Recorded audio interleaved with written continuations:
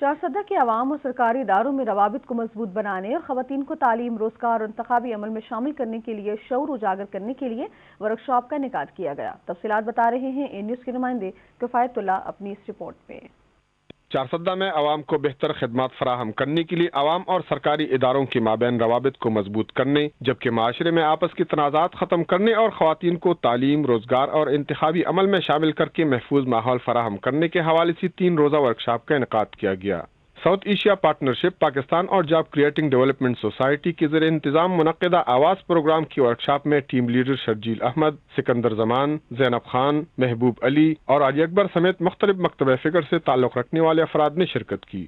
شرکاء کو تفصیل بتاتی ہوئی شرجیل احمد نے آواز پروگرام کا تعارف، اہمیت اور عوام کے مؤثر کردار کے حوالے سے آگاہی دی۔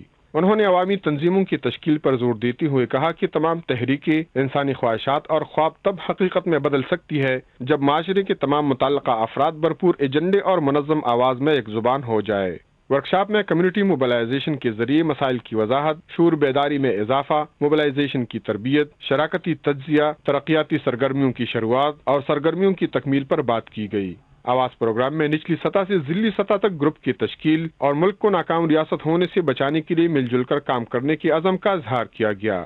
کفایت اللہ یوسفزئی، اے نیوز، چارسدہ۔